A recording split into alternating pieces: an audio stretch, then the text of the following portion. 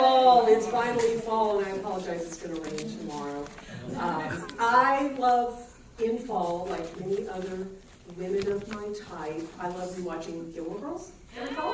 So I've been thinking about some of the friendships on that show. It's like a comfort rewatch. The fall is beautiful there, and I'm just a big fan of Rory and Paris. And so for the icebreaker for our storytellers, I asked them, what is one of your favorite friendships from either a TV show or a play or a book? And so here are some of the answers that we got. And our first storyteller has a favorite show that he loves to rewatch, which is MASH. So Alan Black, not Robert Allen, we just had this conversation about nobody knows by their first names. But Alan said that one of the best friendships I have seen was the friendship between Hawkeye and BJ in MASH. The total person of Hawkeye, not the womanizing, but he was a man who really meant well, but he was in hell. And BJ was a kind man, and their friendship just really has resonated with him over the years. So give it up for Alan. Come on up. I think one of the things I love most about Alan's story is how many people in the audience knew the same person you were talking about, and how awesome that is when you have shared friends.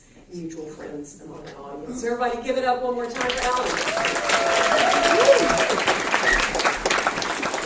Next, I am very excited to announce a first-timer who is also brand new to coming to Rabbit Box. This is Liam. His favorite portrayal of friendship is Tiana and Lottie in The Princess and the Frog. And I knew exactly why when he said that, because I love that movie too. And he said that Lottie is a spoiled brat, but not rotten. She uses her privilege and wealth to help Tiana, and she pays attention to the details, like what Tiana would want, and that she's kind-hearted, and I love that she was such a surprising character. So let's hear it for Liam. I bet there's not a single person here who hasn't just been thinking of a good friend from childhood, or middle school, or high school. And I think it's also really normal for friendships to change in middle school. I actually had my childhood friend who kind of drifted apart from me in middle school, and I remember how hard that is when those change. And then the friends that I also made during middle school, and one of my favorite friends, who I worried, oh no, are we not going to be friends forever? 30 years, I still get to see her often, even though we don't live in the same place. So I hope that happens for you guys too. So one more time for Liam.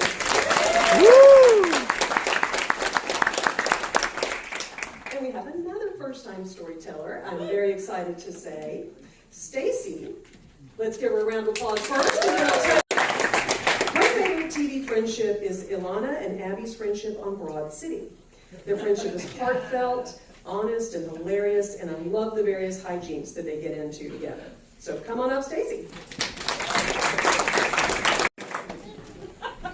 Not only do I feel like I have now worked in that shop, and I can just smell the flowers, I feel like I know Tim. And so thank you for sharing that friend with us.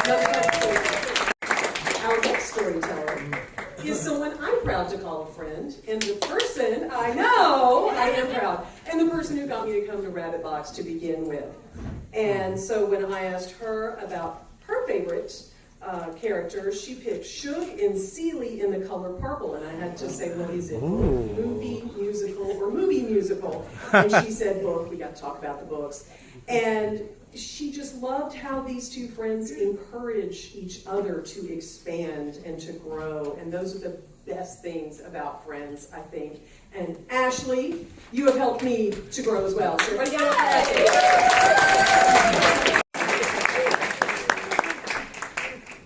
Well, that's going to take me a minute. What a wonderful, wonderful dog and a wonderful friend. And just how much do I wish I had 90 minutes of baby crying to train my cats on that they did not take to this bizarre smelling creature. I feel like dogs can get there better than cats. And my brother has a dog that sings. They decided that the dog sings, and so that dog is his best friend too.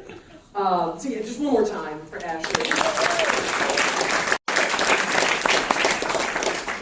So before we take our break, I want to remind you, or tell those of you who this is your very first time, we get to have a surprise storyteller every week. And for all of you who might have been sitting here thinking about, man, I had that friend, this is a great opportunity. You don't have to do 8 minutes. It's about 4 minutes. We have a brand new rabbit box. It's literally a rabbit box that you can put your name in, and it's going to be over here. And you put your email in. It's a rabbit box. I'm so excited. I feel very proud to announce the rabbit box. But yeah, you can do that. We also encourage you to sign up for the newsletter so you can get the updates and hear the storytellers and what the themes are. If you're like me and you've kind of gotten off of as much social media as possible this year, that's a good way to find out what's going. And I have a challenge.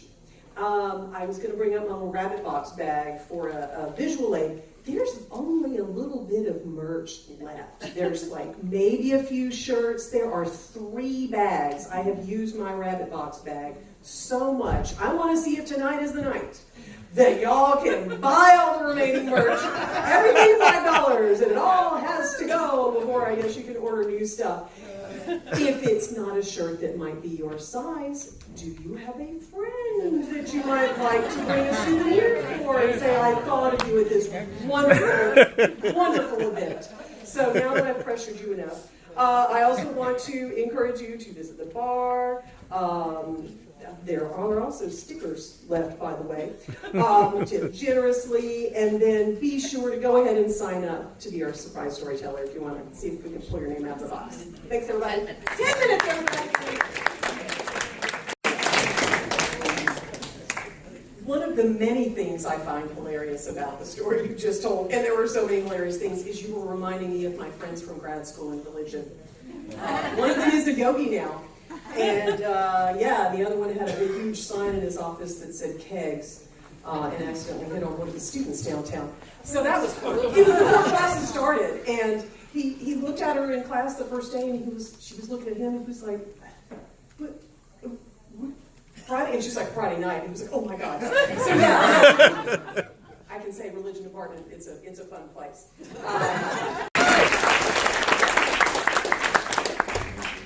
And ever since you've mentioned the Never-Ending Story, I've had the song in my head all day. Because I'm rewatching Stranger Things also this fall, and season 3, for those who remember, Dustin and Susie singing it with the Mind Flayer stalking along behind them. And another reference from season 3 of Stranger Things is My Little Pony, which is a favorite portrayal of friendship for Ahima. And she said, one of my favorite portrayals of friendship is the main 6 in My Little Pony, Friendship is Magic. It shows that friendship in and of itself is the only spell a person needs. By the way, I'm definitely a rarity, she says. And I think that's awesome because that's a touch point of friendship in Stranger Things as well. So, give it up for you. That is friendship, is it not? And I want to back her up on something. As an academic advisor who deals with theater majors and film majors, she is not exaggerating about grouping. The wars, the screenshots, it's wild. And I feel that it goes back to COVID when they weren't talking to each other in person. So yeah. If older folks, Gen Z, and if someone says, do you want to join a groupie, just maybe go, unless you have to. I'm in 3. So our final is someone I have also enjoyed hearing before, and this is David. And the last time, I believe he was talking about, I think I had a different question on road trips, and you took a road trip that I did not want to go on, even though I would totally hang out with you and your friends. He said, my favorite portrayal of friendship is from the Iron Druid Chronicles series of books written by Kevin Hearn. The friendship is between the druid Atticus O'Sullivan and his Irish wolfhound Oberon, who, because of the elixirs Atticus gives him, can communicate telepathically with Atticus. The human world from the viewpoint of a dog is hilarious. And he said, I chose Atticus and Oberon because my story is not about any friend, but man's best friend, my dog.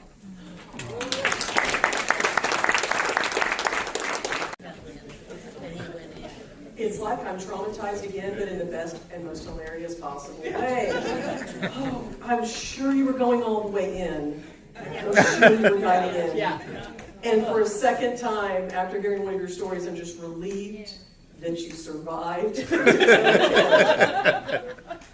And I hope you didn't have to drive that truck again. You did, didn't you? You had to drive that truck again. Okay. Okay. Well, again, give it up for David. Oh, let's all learn that lesson. Well, that was a wonderful night of storytelling. I've got a few more announcements, but first, one more hand round of applause for all of our storytellers. You guys are awesome. So just a few things to keep in mind. The VFW has bingo on Thursday, so remember to come back for that. Our next show is Tuesday, November 18th, How I Saved Myself. And once we start to dismiss, everyone who is physically able, can you help push the chairs into the empty spots around the tables? That really helps out. And then the storytellers, including our surprise storyteller, please stick around for a photo after the show. And everybody have a good night. Thanks again.